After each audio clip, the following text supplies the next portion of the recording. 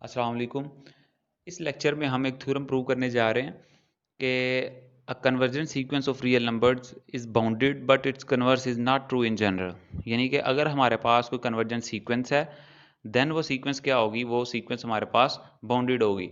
यानी कि given statement हमें क्या गिवन क्या है कि आपने कन्वर्जेंट सीक्वेंस लेनी है और उसे प्रूव करना कि वो बाउंडेड है।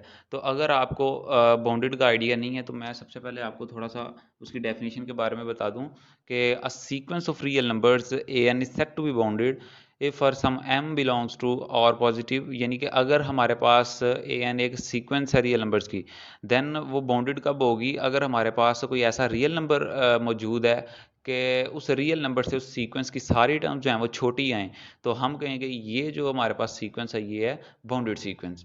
तो अब हम अपने प्रूफ की तरफ चलते हैं। प्रूफ हमने कन्वर्जेंस सीक्वेंस लेनी है, उसे प्रूव करना है वो बाउंडेड है। यानी कि हमने लेट कर लिया कि ए एन हमारे पास एक कन्वर्जेंट सीक्वेंस है रियल नंबर्स की। देन अगर ये कन्वर्जेंट है, तो according to definition of a convergent sequence, for epsilon greater than zero there exist a natural number N such that कि ये कंडीशन होल्ड करे। यानी कि ये मैंने जो है डेफिनेशन यूज़ किया कन्वर्जेंट सीक्वेंस की। तो हमने प्रूव ये करना है कि ए एन जो है वो लेसर देन और इक्वल टू है कैपिटल एम, यानी कि बाउंडेड प्रूव करना है इसे। तो मैंने जो है वो ये सीक्वेंस ले ली कि ये इक्वल है a n is equals to a n minus l plus n, यानी कि ऐड भी कर दिया एल को और सब्ट्रैक्ट भी कर दिया। अब according to definition of mod, mod की जो है प्रॉपर्टी के मुताबिक मैंने इन दोनों को जो है अलग-अलग कर दिया। जब इनको अलग किया तो यहाँ पे ये हमारे पास जो है, चूँकि कोई नंबर 1 में लेसर देन एप्सिलॉन है, तो इसकी जगह मैंने जो है वो एप्सिलॉन पुट कर दिया और इसे कोई नंबर 2 का नाम दे दिया। अब मैंने लेट कर लिया कि कैपिटल एम हमारे पास इन सबसे बड़ा नंबर है, सब में से जो बड़ा नंबर है वो कैपिटल एम है हमारे पास। तो अगर हमारे पास ये कैपिटल एम है, तो इसका मतलब है इन सबसे बड़ा है, तो इसका मतलब है कि वो इससे भी बड़ा होगा। तो अगर वो इससे भी बड़ा है तो ये फॉर्म में आ जाएगी, यानी इसके इक्वल भी हो सकता है इन सब में से बड़ा नंबर यही हो तो इसके इक्वल भी हो सकता है।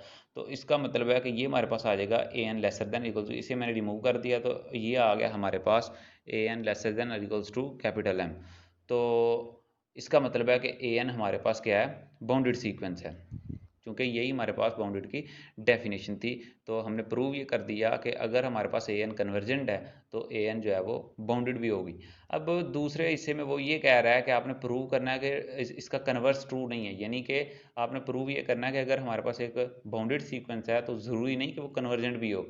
तो हम इसे जो है वो काउंटर एग्जांपल से प्रूव करते हैं, यानी कि अगर हम एक भी एग्जांपल दे दें कि ऐसा ट्रू नहीं है, तो इसका मतलब है ये इन जनरल भी ट्रू नहीं होगा।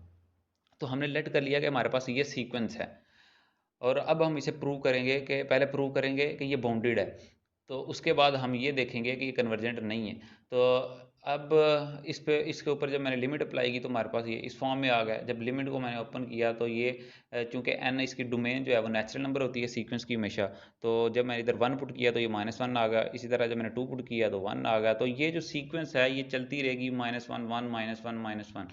तो ये हमारे पास इस इन दोनों नंबर्स के दरमियान ही सीक्वेंस रहेगी। तो इसका मतलब है इसकी लिमिट जो है वो 1 हो सकती है या -1 हो सकती है, यानी कि दो लिमिट्स आ जाएंगी।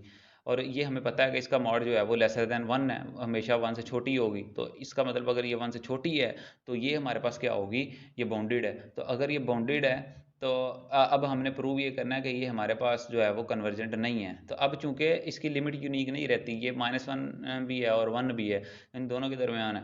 तो इसका मतलब है लिमिट अगर यूनिक नहीं है तो ये कन्वर्जेंट भी नहीं है, क्योंकि हमने जो है वो पढ़ा है कि अगर हमारे पास जो है किसी भी सीक्वेंस की एक से ज़्यादा लिमिट एग्जिस्ट करती हैं तो वो हमारे पास जो है वो कन्वर्जेंट सीक्वेंस नहीं होती। तो इसका मतलब है ए एन जो है हमारे पास वो कन्वर्जेंट सीक्वेंस नहीं है। तो यही हमारा थ्योरम था।